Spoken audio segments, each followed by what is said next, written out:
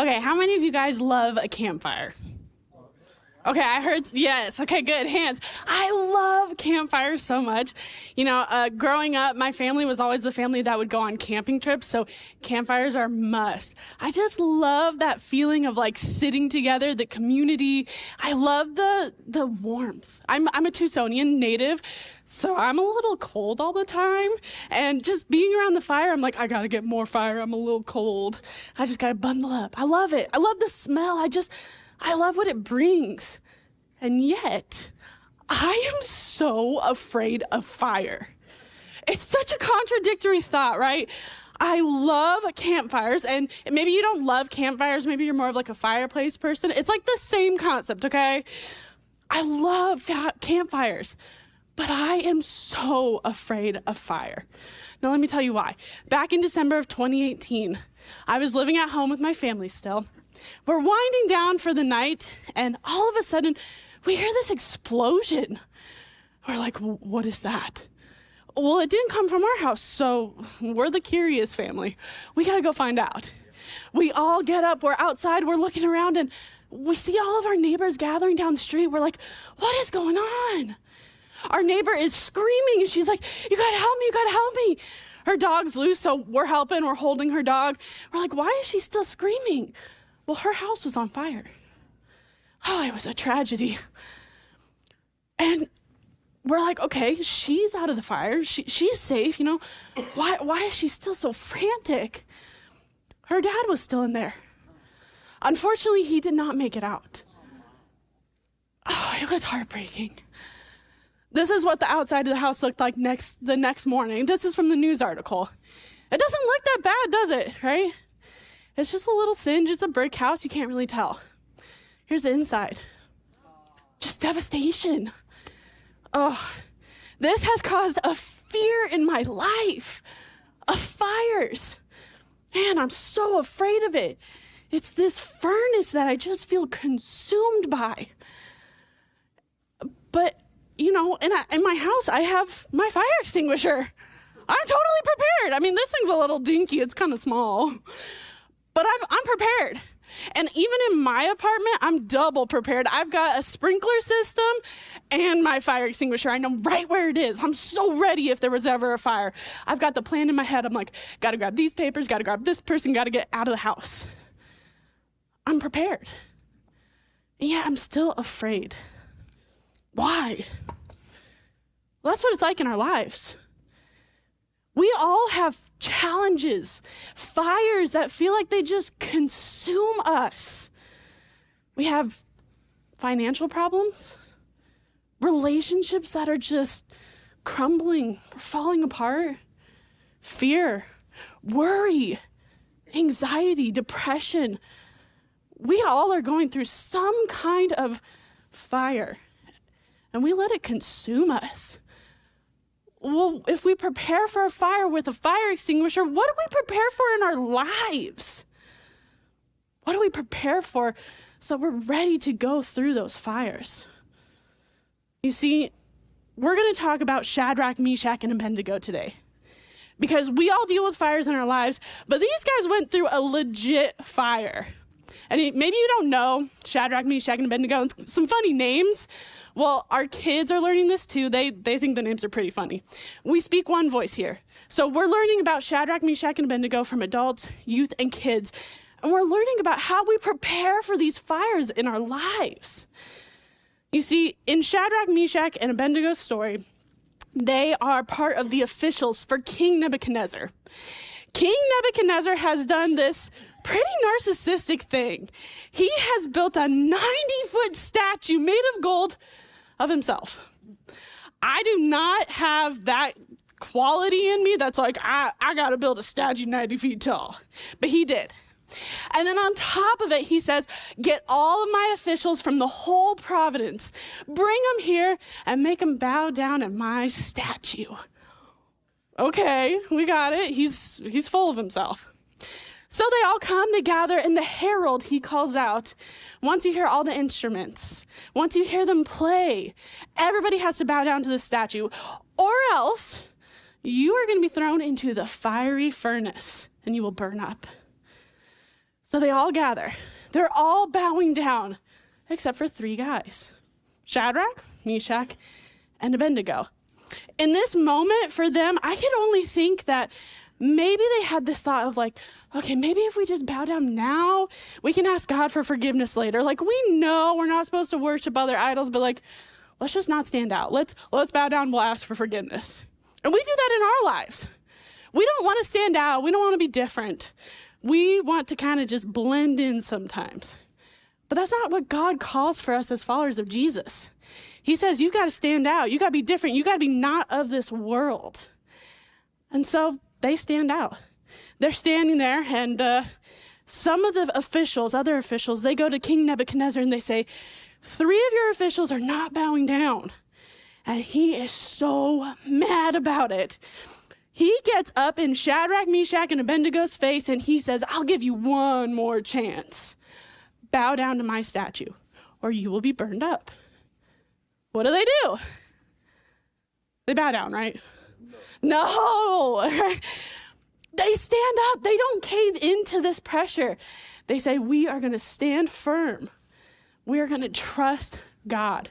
When it comes to those fires in our lives, we can't just bow down and then say, okay, God, please forgive me. I just didn't want to be different. We have to stand firm, and we have to say, God, we trust you in this fire. Because again, we're all going through a fire one way or the other. Those relationships, depression, anxiety, our health. We all have different fires we're going through at different times. But what we can learn from Shadrach, Meschak, and Abednego in Daniel 3:16 is this. Shadrach, Meschak, and Abednego replied, O Nebuchadnezzar, we do not need to defend ourselves before you. We don't need to defend ourselves because someone else is defending us. And who is it? It's God, right? They're like, I've got God on my side. I'm not bowing down to you. There's no way that we will bow down to this statue. They realize in this moment that God is more powerful than any challenge or any furnace that they are going to face. I want you to hear that. God is more powerful than any challenge or any furnace or fire that you are going through right now. God is more powerful than that. So we can learn God is all powerful. Say that with me. God is all powerful. I love this word all powerful because if you break it down, it's omnipotent. Omni meaning all, potent meaning powerful. He is all powerful. I mean, he's the God who created everything. Don't you think he'd be all powerful? Don't you think he's bigger than that problem that you're having? I don't know what problems you're going through, and you may say, Kristi, you don't know. You don't get it. I don't know what you're going through personally. But what I do know is that my God is more powerful than any problem that we're facing. Yeah, our problems are going to be hard. We're still going to have to go through challenges. We're still going to have to go through fires. But he's more powerful, and he's with us. God is all powerful. So what we can learn from Shadrach, Meschak, and Abednego, number 1, is to cultivate unwavering faith.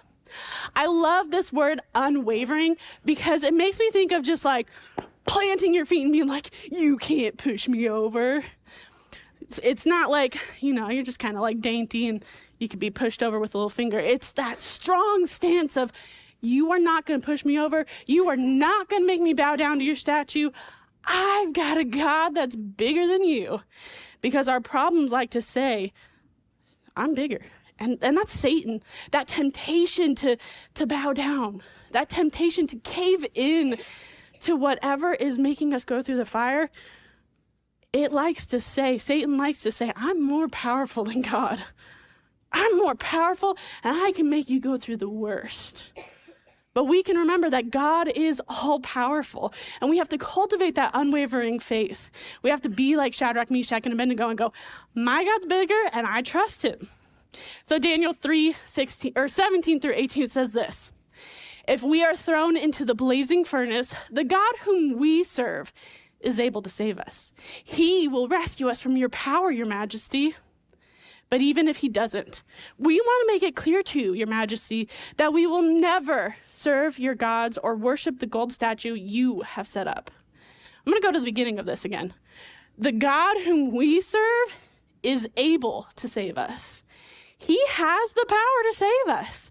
We have to obey and trust in him. We have to not bow down to the statue, because if we do, if we fall into that temptation, we're going to go through the worst without God, right? We've got to remember that God is with us. He's more powerful than our problems. He's more powerful than any fire we're going through. And we have to remember that he is able to save us. And their words are so strong. They're speaking to Nebuchadnezzar in the face. Man, they're just like, we've got it. God's got us. But then they say something else that's really important. We will never serve your gods. But they also say, if he doesn't save us, we want to make it clear to you, we will never serve your gods. God is powerful. He can save us. But we also have to trust that even if he doesn't pull us out of the fires, he's still got us. I mean, ultimately, that's eternity, right? He's still got us. But we got to trust, we got to obey, we got to remember that he is with us and he is more powerful. In 2 Timothy 1:7, it says, "For God has not given us a spirit of fear and timidity, but of power, love, and self-discipline." God has not given us a spirit of fear and timidity, but I'm so afraid of that fire. Oh, I'm so afraid of what I'm going through. I don't want to deal with it. Well, that's not the spirit God's given me. That's not the spirit God has given all of us. He's given us power, love, and self-discipline. This self-discipline is that obedience, remembering to trust God through the fire, to remember that he's with us, to remember that he's all-powerful. So why do we fear if this is in us? We're human. We're going to have fears. We're going to deal with challenges, and those challenges can be scary. Those financial problems we're dealing with, those can be scary. That fear, that worry, that anxiety, man, that can be scary. But we have to remember, are we going to cave in to the fire and let it consume us? Or are we going to stand out? Are we going to be like Shadrach, Meschak, and Abednego and go, no, my God is stronger than that problem. You see, being a follower of Jesus is anything but easy. We still have trials and problems. We have ups and downs. But it's an exciting adventure because God is all powerful and he's with us through those trials. God is all powerful. Say that with me again. God is all powerful. So cultivate unwavering faith. And number 2, resist societal pressure. I want to take you to high school Kristi. She was strong, man. I had some friends who were really not into some good things, and I knew about it. So as a little freshman, I looked at my friends and I said, guys, I love you so much, but I am never going to hang out with you outside of school. 4 years, I'm never going to hang out with you outside of school because I don't want to be pressured into anything you're doing. I don't want to be tempted to do something wrong. I know that my God is big and I trust him and I want to be obedient to him. I had some pretty good friends that they never pressured me because I said, no. I said, I'm not going to do that. Because of that, though, because I had to resist that societal pressure to do these things that were not of God, to disobey, I was kind of an outcast. I spent 4 years where I was a little lonely. That's what it looks like in our lives sometimes. To be different, to be not of this world, it means that we have to say no to that societal pressure. We have to say, no, I'm not going to bow down. And because of that, we might go through a different fire. I said, no, I'm not going to deal with those pressures of a teenager. And I went through the fire being lonely. I had to be not of this world. Life's not easy. Life's not perfect. I wish it was. But I know ultimately we're going to go through the fires on earth so that we can spend eternity where we don't have to deal with fires. We're going to spend eternity in heaven. But we have to remember, we can't cave into those societal pressures. We can't cave in and say, God, just this once, let me just not be different and just forgive me. No, he says, don't be like the world. Don't bow down. Don't fall into that temptation. Be different. Stand out. Stand strong in your faith. Daniel 3:23. So Shadrach, Meschak, and Abednego, securely tied, fell into the roaring flames. They knew the consequences. They knew if we don't bow down, we're going to go into the fire. We're going to go into the furnace. Now, I want to remind you about the furnace. This isn't just like a fireplace like we find in our house. This is a big furnace where they would have melted down the gold for this statue. It would have been hot. And they needed a lot of gold for it to be 90 feet tall, right? So it's a big place. It's so big that we actually see Shadrach, Meschak, and Abednego are going to be able to stand in the furnace. This is a hot furnace, and they fall into the roaring flames. When we cave in, it's like we're allowing that pressure to just consume us. Whatever trial we're going through, our finances, our worry, our fear, our doubts, our mental health, everything that's a challenge, we allow it to just consume us when we don't stand firm in God. We fall into the roaring flames. But sometimes we're going to go through fires because we stand firm in Jesus too. That's a little different though, because we know he's with us and we're obeying him. We're trusting him. If we're not trusting him, it's like we're saying, okay, God, I don't trust you in this fire. I think I can handle it myself. And guys, I can't handle it by myself. I don't know. Can you guys handle it by yourself? I can't. I need God's power in my life. I need God's power to help me through the fires. We have to stand out. We have to stand in his power. One of the questions that King Nebuchadnezzar asks them right before this happens, he looks them in the face and he says, what God can rescue you from my power? That's what our problems are saying. That's what those fires we're dealing with, that's what Satan is saying to us. What God can rescue you from my power? And then we fall into that doubt and that fear. We let it consume us. I don't want to live like that. I just don't want to live like that. 2 Corinthians 4:17. Don't be afraid, for I am with you. Don't be discouraged, for I am your God. I will strengthen you and help you. I will hold you up with my victorious right hand. This is God's words. Don't be afraid. Oh, but we deal with fear. We deal with fires. We deal with challenges. How do I not fear God? We have to trust him. We have to obey him. We have to remember that he's going to be with us because he is all powerful. He's bigger than any problem that we're going through. And I know sometimes for me, that's really hard to remember because what I'm going through, whatever problem I'm going through, it just feels like the biggest thing in my life. But I've got a God who is so much bigger. What if we just trusted him? What if we just tried it? In whatever fire you're dealing with, what if you just trusted him just this once? What would happen? He would strengthen you. He would help you. He would hold you up with his victorious right hand. I want that in my life. Do you guys? Ooh. Okay, I guess you guys want to live in the fire a little bit. Okay, let's try it again.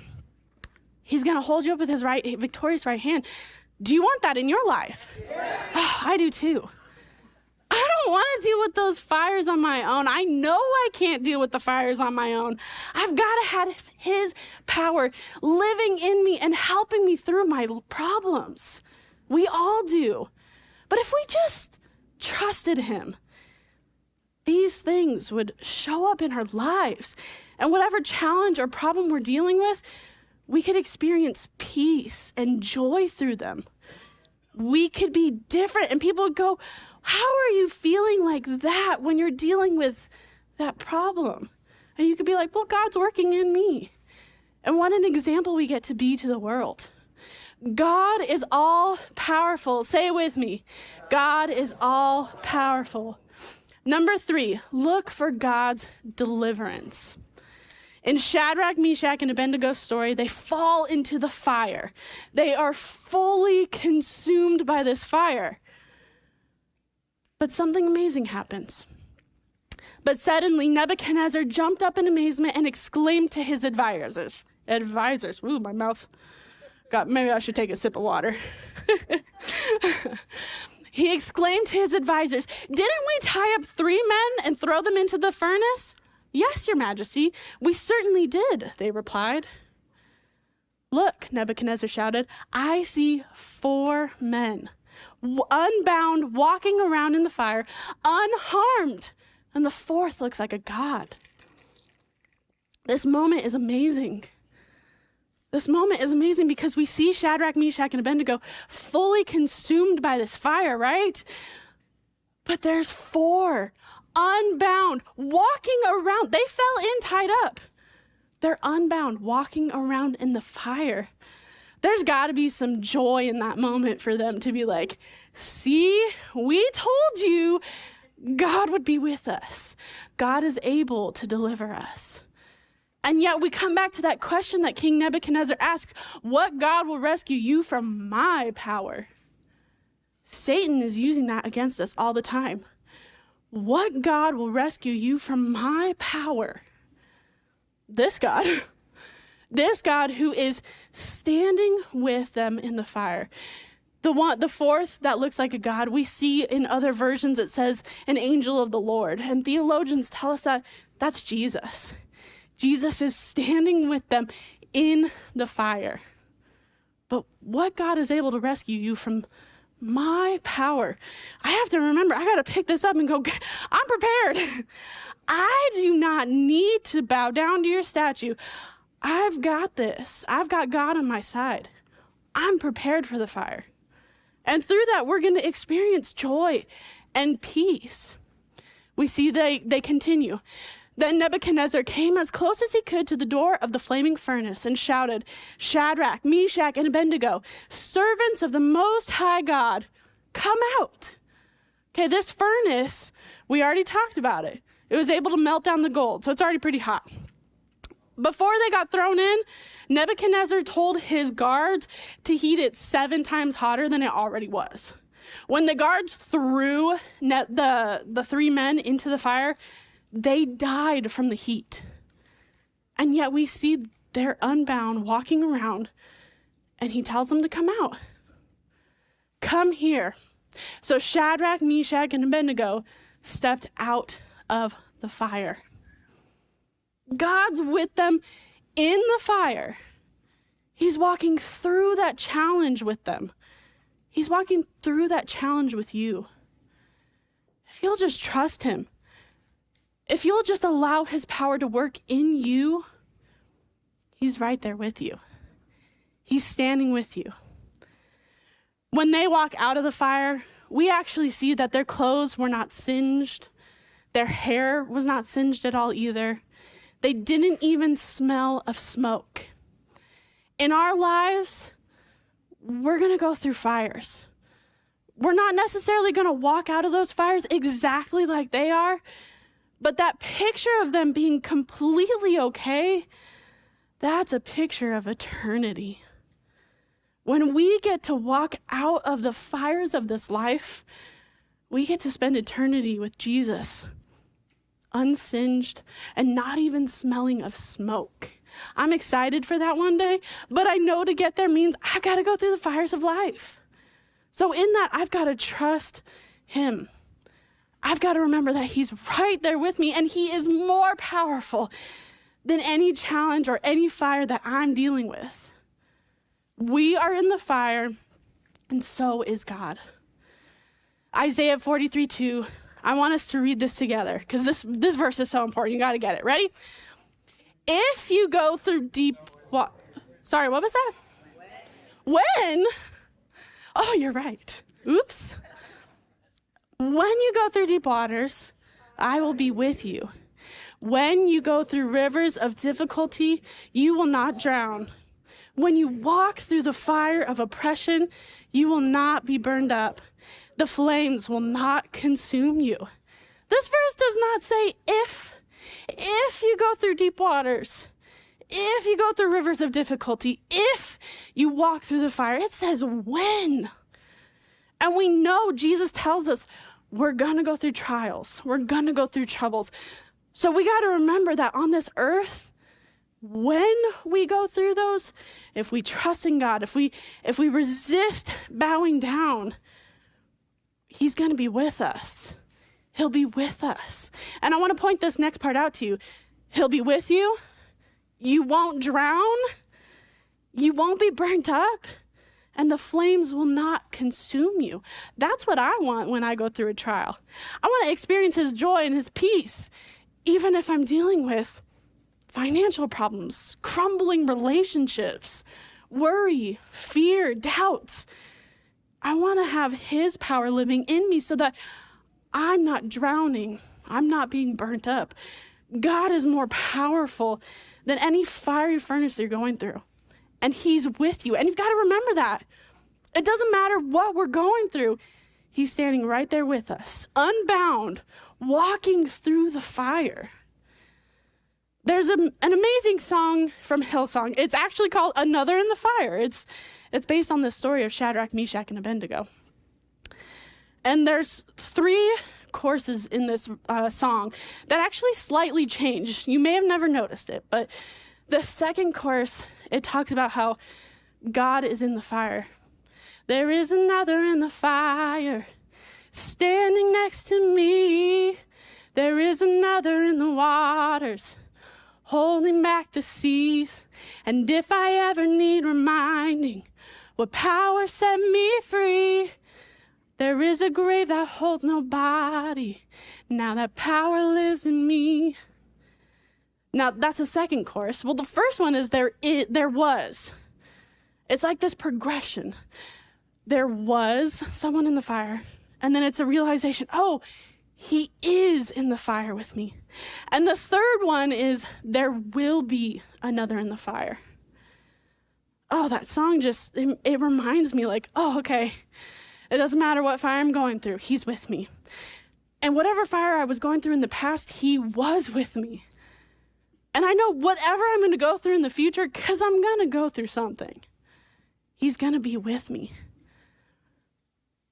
That song, as I was looking at it this week, I was like, whoa, I've never noticed that before. How have I not noticed that? And now I know that whatever fire I'm going through, I can sing that song. I've been playing it probably on repeat all week. And I'm just like, okay, I don't need to be nervous about giving a talk. God's with me. I don't need to be nervous about that fire. I'm prepared. I've got God on my side. I literally saw a man lost his life because he was consumed in a fire. But we serve a God who's more powerful than any fire we're going to go through in our lives. We serve a God who is able to save us. That picture of eternity, of not being singed, I want that for my life.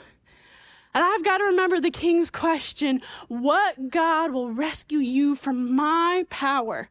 Because I know Satan's going to ask me that again and again and again. And I've got to be ready to go, I've got God on my side. I've got to remember that he is there in that fire with me. There's a name for Jesus that shows us that he's our defender, that he's all powerful. It's Jehovah Rohi. And I love the picture of it because he's our shepherd. He leads us. There is this change, though, in King Nebuchadnezzar. He asked that question of what God can save you from my power. And later, at the end of the chapter, he says, there is no other God who can rescue like this. What a powerful transformation. He saw that he was all that, and he's like, no, nobody is going to get past me and my furnace. And yet, Shadrach, Meschak, and Abednego go through the furnace, and they come out, and he's like, uh-oh. And he realizes there is a God more powerful than a fiery furnace. There's a God more powerful than Satan. There's a God more powerful than any fire that we can go through. His heart totally changes. And this is what we need in our lives. We need to remember there is no other God who can rescue like this. No other God. I want to take you back to this. Jehovah Rohi. God is my shepherd. The picture here is the shepherd. He's holding his staff, and he's protecting his flock of sheep. If a bear comes or a mountain lion comes, he's got to protect the sheep because he can't lose those sheep. That's Jesus with us. We are his sheep. We are his followers. And when we need defending, he's there for us. He's protecting us from whatever we're going to go through. We're still going to go through trials. We're still going to go through challenges. But we can remember that he's defending us and that he's with us and that no matter the fire we're going through, he is more powerful than it. Does that mean our lives are going to be perfect? No, it doesn't.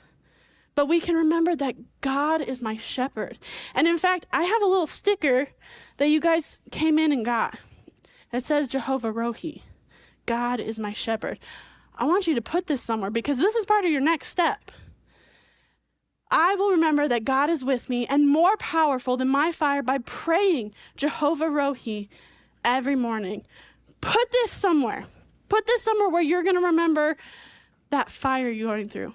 That he's with you. He's defending you. He's your shepherd. Maybe that's on your mirror. Maybe that's in your car. For me, I'm going to put it on the back of my phone because I am on my phone all the time, right? It's with me. Put it in your pocket. Carry it around. Every morning, just pray his name. He's your shepherd. He's your defender. He's with you in the fire. And we know that he loves us so much that he wants to defend us. And we see that love for us in our memory verse, John 3:16. For this is how God loved the world. He gave his one and only Son so that everyone who believes in him will not perish, but have eternal life. He wants us to have that picture of Shadrach, Meschak, and Abednego stepping out of the fire and be completely, perfectly fine in eternity. He loves us so much, he gave his Son for us.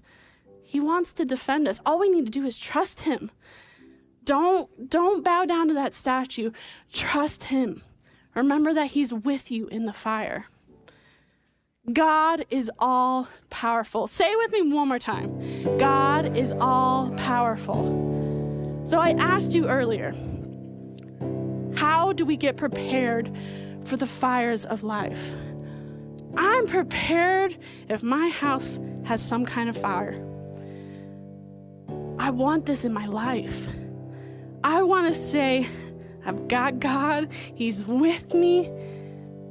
I don't have to be afraid of that fire. I don't have to be afraid of that anxiety or that financial problem or that relationship crumbling. I don't have to be afraid. I'm prepared. I've got God on my side. I want to remember that he is with us, with me, standing there, and he's bigger and he's more powerful. I want you guys to remember that. Take this next step. It's simple. Pray his name in the morning, Jehovah Rohi. I don't know what fires you're going through, but I know we're all going through something. I want you to check it off on your connection card. Maybe you got a physical one. Check it off that you're going to take the next step. You can do it digitally too. Because here's what I'm going to do with your connection cards. I'm going to pray over you guys. We all go through fires. I go through fires. We're a community. We're in this together. Let me pray for you as you do this. Take that next step and just let me know that you are going to remember he's more powerful because he's our defender. He's our shepherd. I want to pray for you right now. Dear God, we thank you so much that you are a God that is just so much bigger than any problem we're going through. God, I pray over everybody sitting in this room that you would just give them peace. Give them your joy through whatever trial they're facing. Help us to remember that you are all powerful, omnipotent, and you're standing in that fire with us. It doesn't matter how hot the fire is, you're with us. You're protecting us. You love us so much that you gave your son for us so we could experience your power living in our lives. God, I pray for everybody in this room that we would just remember that. And if you haven't made Jesus the leader of your life and you're ready to take that next step today, you're ready to experience his power in your life so you don't have to go through that fire alone, you can pray with me right now. Just repeat these words. Dear God, I recognize I've sinned and I've done wrong. I'm going through a fire and I don't want to do this alone. I want to be more like you. I don't want to be of this world. Come into my life. Transform me. Fill me with your power and be the leader of my life. In your name we pray.